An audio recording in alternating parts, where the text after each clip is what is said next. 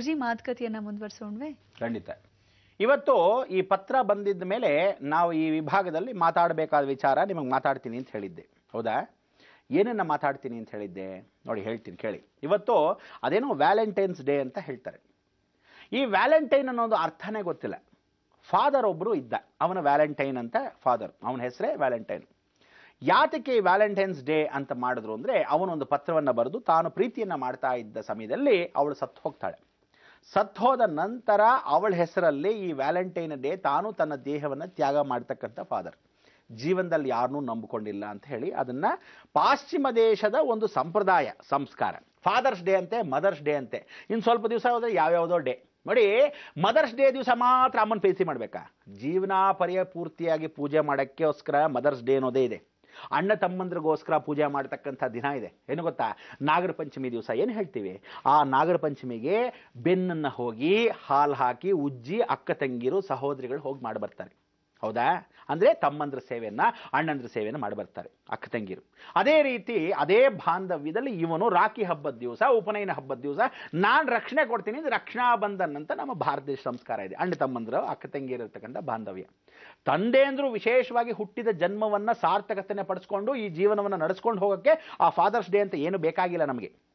ಜ್ಯೇಷ್ಠ ನಕ್ಷತ್ರದ ದಿವಸ, ವಿಶೇಷವಾಗಿ ಮೇ ಮಾಸದಲ್ಲಿ ಇದಕ್ಕೆ ಫಾದರ್ಸ್ ಡೇ ಅಂತಲೇ ಹೇಳ್ತಾರೆ. ಅಂದರೆ ತಾಯಾದವಳು ಮಾತ್ರ ಒಬ್ಳಿಗೆ ಗೊತ್ತಂತೆ ಇವನೇ ತಂದೆ ಅಂತ ಆ ಮಗುಗೆ ತೋರಿಸ್ತಾಳೆ. ಅದನ್ನು ನಂಬಿಕೆ ಅಂತ ಹೇಳ್ತೀವಲ್ಲ, ಅದನ್ನು ತೋರಿಸಿದಾಗ that is your father's day.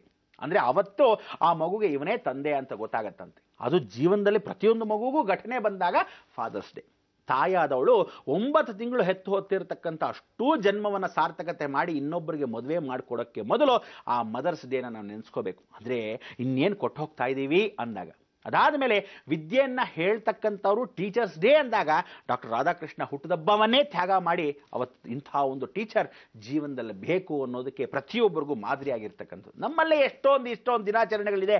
ಯಾವುದೋ ದರಿದ್ರ ಪಾಶ್ಚಿಮ ದೇಶದ ತಗೊಂಬಂದ್ಬಿಟ್ಟು ವ್ಯಾಲೆಂಟೈನ್ಸ್ ಡೇಸ್ ಅಂತೆ. ಈ ಒಂದು ಕಾರ್ಯಕ್ರಮ ಮುಖಾಂತರ ಪ್ರತಿಯೊಬ್ಬರಿಗೂ ಜಾಗೃತಿ ತರ್ತಿದ್ದೀನಿ. ಇನ್ನು ಮೇಲೆ ವ್ಯಾಲೆಂಟೈನ್ ಅಂತಕ್ಕಂಥ ವಿಚಾರವನ್ನು ಬಿಟ್ಟು ಪ್ರೀತಿ ಅಂತಕ್ಕಂಥವ್ರು ಪ್ರೀತಿಸ್ತೀರಾ, ಪ್ರೇಮಿಸ್ತೀರಾ?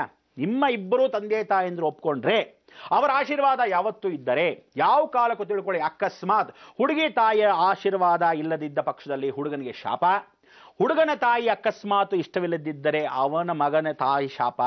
ಯಾವತ್ತಿದ್ರೂ ನಿಮ್ಮ ಜೀವಮಾನ ಪೂರ್ತಿ ಕಾಡುತ್ತೆ. ಚಂದ್ರ ಕೆಟ್ಟೋದ್ರೆ ಮನಸ್ಸು ಇಡೀ ವಂಶ ಪಾರಂಪರ್ಯವಾಗಿ ಕೆಟ್ಟೋಗುತ್ತೆ, ಆಶೀರ್ವಾದ ಪೂರ್ತಿ ಬರೋದಿಲ್ಲ. ಆದ್ರಿಂದ ಯಾವತ್ತು ಹೊಂದ್ಕೊಳ್ಳುತ್ತೋ ಆವತ್ತು ಮದುವೆ ಮಾಡ್ಕೊಳ್ಳಿ, ಅಲ್ಲಿವರೆಗೂ ಬಾಯಿ ಮುಚ್ಕೊಂಡು ಸುಮ್ಮನೆ ಇದ್ಕೊಳ್ಳಿ. ಇಲ್ಲದಿದ್ದರೆ ಪರಿವರ್ತನಾ ಸ್ವರೂಪಕ್ಕೆ. ಆ ಕಾಲದಲ್ಲಿ ಅದು ಮಾಡ್ತಿದ್ರು. ಲವ್ ಅನ್ನೋಕ್ಕೆ ನಿಮಗೆಲ್ಲರಿಗೂ ಒಂದು ಆ ಕಾಲದಲ್ಲಿ ಒಂದು ಸಬ್ಜೆಕ್ಟ್ ಇತ್ತು, ಗೊತ್ತಾ ನಿಮ್ಗದು? ಏನಕ್ಕೆ ಎಂಗೇಜ್ಮೆಂಟ್ ಮಾಡ್ತಾ ಇದ್ರು? ಮದುವೆ ಮಾಡ್ಕೊಂಡ ಮೇಲೆ ಇವರಿಬ್ಬರು ಬೆರೆತು ಅವರೊಬ್ರಿಗೊಬ್ರು ಅರ್ಥ ಮಾಡ್ಕೊಳ್ಳಿ ಅಂತ ಎಂಗೇಜ್ಮೆಂಟ್ನ ಒಂದು 6 ತಿಂಗಳ ಕಾಲ ಗ್ಯಾಪ್ ಇಡೋರು. ಆ 6 ತಿಂಗಳಲ್ಲಿ ಅರ್ಥ ಮಾಡ್ಕೊಳ್ಳಿ. ಇನ್ ಕೇಸ್ ಅವರಿಬ್ಬರು ಅರ್ಥ ಮಾಡ್ಕೊಳ್ಳದಿದ್ರೆ ಅಲ್ಲೇ ಬಿಟ್ಟು ಬಿಸಾಕ್ಲಿ, ಮದುವೆ ಮಾಡೋವರೆಗೂ ಬೇಕಾಗಿಲ್ಲ ಅಂತ ಹೇಳಿ ಎಂಗೇಜ್ಮೆಂಟ್ ಅಂತ ಇಟ್ಟವರು. ಈ ಹುಡುಗಿ ಇವನಿಗೇನೆ, ಈ ಹುಡುಗ ಇವನಿಗೇನೆ ಅಂತ ಮಾಡಿಡೋರು. ಇದನ್ನೆಲ್ಲ ಒಂದು ಸಂಪ್ರದಾಯ ಅಂತ ಎತ್ಕೊಂಡ್ಬಂದಿರಲ್ಲ, ರಿಯಾಲಿಟಿ ಅಂತ ಇಟ್ಕೊಂಡಿದ್ರು. ಅದನ್ನೆಲ್ಲ ಬಿಟ್ಟು ಬಿಸಾಕಿರೋದು ಏನಕ್ಕೆ? ನೀವು ಇವತ್ತು ಮೊದಲೇ ಲವ್ ಮಾಡ್ಕೊಂಡು ಕೂತ್ಕೊಂಡ್ರೆ ಬೆಳಗ್ಗೆ ಒಬ್ಳು, ಮಧ್ಯಾಹ್ನಕ್ಕೊಬ್ಳು, 10 ಗಂಟೆಗೆ ಒಬ್ಳು, ರಾತ್ರಿ 11 ಗಂಟೆಗೆ ಒಬ್ಳು ಅಂತ. ನೋಡಿ ಯಾವತ್ತೂ ತಿಳ್ಕೊಳ್ಳಿ, ಹುಡುಗರು ಎಷ್ಟೋ ಜನ ಕೆಟ್ಟವರಿದ್ದಾರೆ, ಹುಡುಗಿರು ಎಷ್ಟೋ ಜನ ಕೆಟ್ಟವರಿದ್ದಾರೆ. ಜೀವನ ಪರ್ಯಂತ ಇದಲ್ಲ ಸಂಬಂಧ. ಪ್ರೀತಿ ಅನ್ನೋ ವಿಶ್ವಾಸಕ್ಕೆ ನಿಜವಾದ ಪ್ರೀತಿ ಅರ್ಥ ಯಾರಿಗೂ ಗೊತ್ತಿಲ್ಲದೆ ಪಕ್ಷದಲ್ಲಿ ದಯವಿಟ್ಟು ಪ್ರೀತಿನ ಮಾಡಬೇಡಿ. ತಂದೆಯ ಮೇಲೆ ಇರ್ತಕ್ಕಂಥ ಪ್ರೀತಿನೇ ಬೇರೆ, ತಾಯಿ ಮೇಲೆ ಇರ್ತಕ್ಕಂಥ ಪ್ರೀತಿನೇ ಬೇರೆ, ಬಂಧು ಬಳಗದ ಮೇಲೆ ಇರ್ತಕ್ಕಂಥ ಪ್ರೀತಿನೇ ಬೇರೆ, ಪ್ರಾಣಿ ಪಕ್ಷಿಗಳ ಮೇಲೆ ಇರ್ತಕ್ಕಂಥ ಪ್ರೀತಿನೇ ಬೇರೆ, ಪ್ರಪಂಚದ ಮೇಲೆ ಇರ್ತಕ್ಕಂಥ ಪ್ರೀತಿನೇ ಬೇರೆ. ಪ್ರೀತಿ ವಿಶ್ವಾಸವನ್ನು ಗಳಿಸ್ತಕ್ಕಂಥ ಪ್ರೀತಿನೇ ಬೇರೆ, ವಿಶ್ವಾಸ ಅನ್ನೋದೇ ಬೇರೆ. ಆ ಜೀವನದಲ್ಲಿ ಒಂದು ವಿಶ್ವಾಸವನ್ನು ಹುಡುಗ ಹುಡುಗಿ ಮೇಲೆ ಇಟ್ಕೋಬೇಕು, ಹುಡುಗನ ಮೇಲೆ ಇರ್ತಕ್ಕಂಥ ವಿಶ್ವಾಸವನ್ನು ಹುಡುಗಿನೂ ಇಟ್ಕೋಬೇಕು. ಆ ರೀತಿ ಇಬ್ಬರಿಗೂ ವಿಶ್ವಾಸ ಬೆಳೆದ್ರೆ ಮಾತ್ರ ಮುಂದುವರಿಬೇಕೇ ಹೊರತು ಯಾವ ಕಾಲಕ್ಕೂ ಇನ್ನೊಬ್ಬರು ಶಾಪ ಹಾಕಿಸ್ಕೊಂಡಲ್ಲ. ನಾವು ಹಳೆ ಸಂಪ್ರದಾಯವನ್ನು ಹಾಳು ಮಾಡಬಾರ್ದು.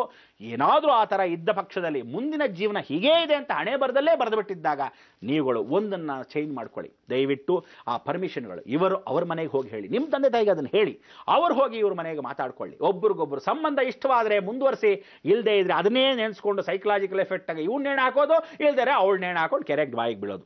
ಈ ಥರ ಹೆಣಗಳು ಮಾತ್ರ ಬೀಳ್ತಾ ಇದ್ರೆ ಪ್ರಯೋಜನವಿಲ್ಲ. ಹೇಡಿಗಳೇ ಆ ರೀತಿಯ ಜೀವನ ಹಾಳು ಮಾಡ್ಕೊಳ್ಳೋದು.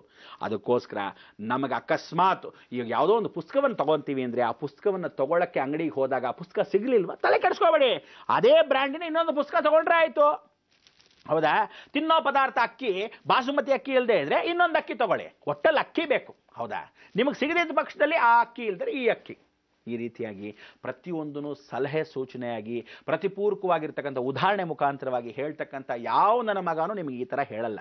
ನಾನು ಒಬ್ಬನ್ ಬಿಟ್ಟರೆ ನೀವು ನಿಜವಾಗ್ಲೂ ಗಂಡಸರಾದರೆ, ನಿಜವಾಗ್ಲೂ ಹೆಣ್ಣು ಮಕ್ಕಳಾದರೆ, ಇನ್ನು ಮೇಲೆ ಯುವ ಪೀಳಿಗೆಗಳಿಗೆ ಎಲ್ರಿಗೂ ಜಾಗೃತಿ ಮಾಡ್ತಾ ಇದ್ದೀನಿ.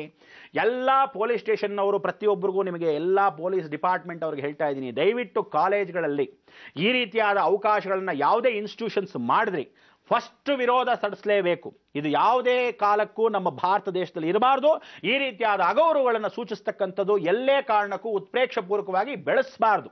ಬೆಳೆಸದ ಕೂಡಲೇ ತಪ್ಪು ತಡಿಬೇಕು, ಹೇಳಬೇಕು. ತಂದೆ ಆದವರಾಗಲಿ ದೊಡ್ಡವರಾಗಲಿ ಇದನ್ನು ಮಾತಾಡಿ ಪರಿವರ್ತನೆ ಮಾಡ್ಕೋಬೇಕು. ಯಾವ ಕಾಲಕ್ಕೂ ಇರತ್ತಿಲ್ಲ ಇಟ್ಕೋಬೇಡಿ. ಭಾರತ ಸಂಸ್ಕಾರವನ್ನು ಗೌರವಿಸಬೇಕು. ಎಷ್ಟೋ ಜನ ಮಹನೀಯರು ಇರೋದ್ರಿಂದ ನೀವು ಅದೇ ಗೌರವವನ್ನು ಇವತ್ತು ಸೂಚಿಸ್ತಿದ್ದ ಪಕ್ಷದಲ್ಲಿ ಪ್ರತಿಪೂರ್ವಕವಾಗಿರ್ತಕ್ಕಂಥ ಆವೇಶದಿಂದ ಆಗಲಿ ಯಾವ ಕಾಲಕ್ಕೂ ಉದ್ವೇಗದಿಂದ ನಾನು ಹೇಳ್ತಾ ಇಲ್ಲ, ಇದನ್ನು ಪರಿಪೂರ್ಣವಾಗಿ ಹೇಳ್ತಾ ಇದ್ದೀನಿ. ಇನ್ನ ಮೇಲೆ ಬುದ್ಧುಂಟೆ ಬೂತಿನೋ ಲೇಖ್ಪತೆ ಭೀತಿನೋ.